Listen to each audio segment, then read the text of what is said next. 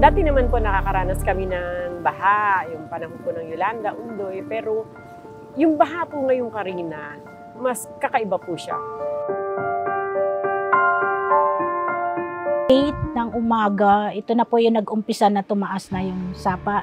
Pero pagdating ng alas 9, ayun na, lumusong na hanggang dito na sa baywang. Sabi ng asawa ko, okay lang na ganyan lang, wag lang aabot sa tao. Takot po kami, ma'am, kasi danas na namin, ma'am, eh. Tumaob yung aming amit, lahat tumaob po yun. Talagang pasok na sa loob ng bahay ang tubig.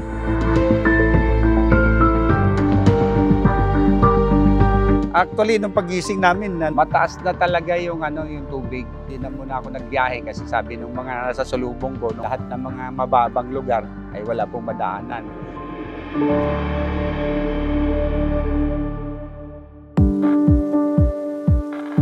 Bahagi sa gawain ng Save the Children ang pagtugon sa mga kalamidad or yung sa gawa ng humanitarian response, no? Dahil gusto nating makita din ano yung unahing pangangailangan ng mga bata sa mga ganitong sitwasyon. Dahil sila rin yung pinaka-apektado sa usapin ng mga isyung pangkalusugan.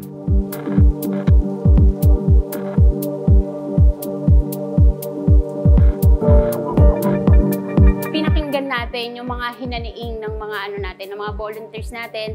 Kahit na umuulan, bumabagyo, ang communication ng mga volunteers natin tuloy-tuloy pa rin at nagbigay tayo ng kaunting kaalaman para doon sa paano mapapanatiling malinis ang katawan.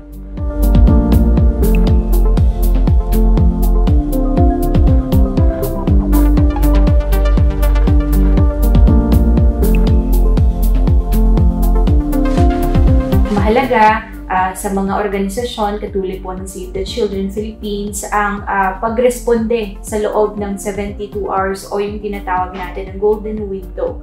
Katulad nung ginawa natin ay yung pagde-distribute ng hygiene kits within that golden time para maiwasan yung mga posibleng waterborne diseases. Pangailangan ng mga bata, ay syempre yung pagkain na dapat isapat sa kanila. Makain sila sa umaga, tanghali at sa gabi. Kailangan talaga nila yung pagkain. Yung kumot, banig.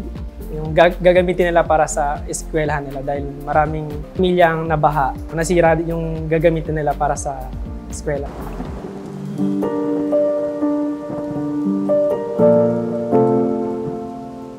Climate change is here and we're already experiencing it here. Naapektuhan na yung ating mga bata, yung communities and iba't ibang families.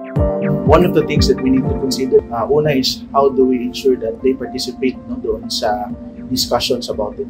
And then specific interventions are provided to them, especially after emergency or disaster situations. Also, how do we ensure na yung ating communities and government, even our children, ay makaka-adapt.